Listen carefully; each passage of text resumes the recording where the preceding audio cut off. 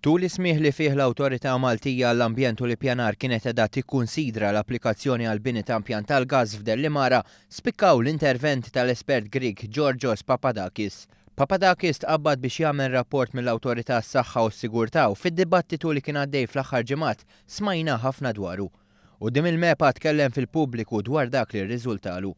Papadakis li huwa wkoll konsulent tal-Unjoni Ewropea qal li l-istħarriġ tiegħu sar skont direttivi Ewropej u saħaq kif ir-riskju li jkun hemm splużjoni fatali f'impjant tal-LNG huwa wieħed f'100,000 sena.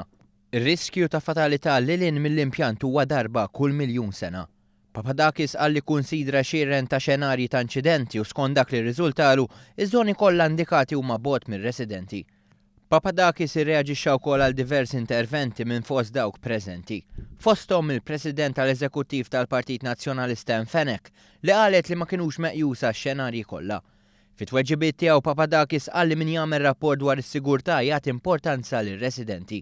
Għalli seta' jibqa' dej b'xenarji, però dan ma kienx jagħmel sens. It is useless at this point to study all hundreds of scenarios that are of less consequences, of less risks in comparison with the worst-case scenarios we have examined.